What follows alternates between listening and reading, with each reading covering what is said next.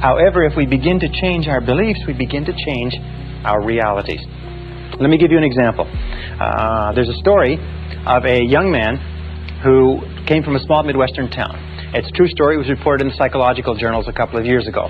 He got straight A's all through junior high school and high school. At the end of the 12th grade, he wrote his Scholastic Achievement Test to go to university. A few weeks later, he got back a letter from the university saying, "You have scored 98 on the Scholastic Achievement Test, and you're hereby admitted to the university for the fall semester."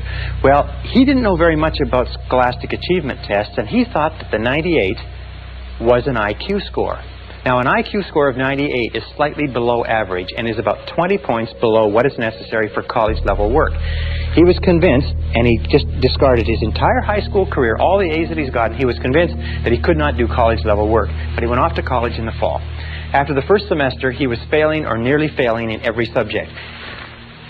His counselor called him in and said, "What seems to be the problem? You did extremely well in high school. These courses are only 1 degree of difficulty removed from your high school courses. Are you having problems with girls? Are you having problems with drugs? Having problems adjusting? What is it?" He said, "Well, sir," he said, "I'm doing the very best I can, but you can't blame me. I've only got a 98 IQ." And the counselor had a smile in front of him. He said, "What are you talking about?"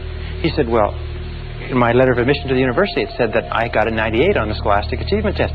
He said, "Son, that's not an IQ." They said, "That's not an IQ. That is a percentile. What that means is that you scored equal to or higher than 98% of the students in the country who wrote that test. You're one of the brightest kids in this university." Well, this young guy went out. He checked on the Scholastic Achievement Test. He found it was true that the 98 was a percentile, not an IQ. He went back to his courses, and 2 years later, he was in the top 10 in a 30,000 student university. He was leading in all of his classes. Once he changed his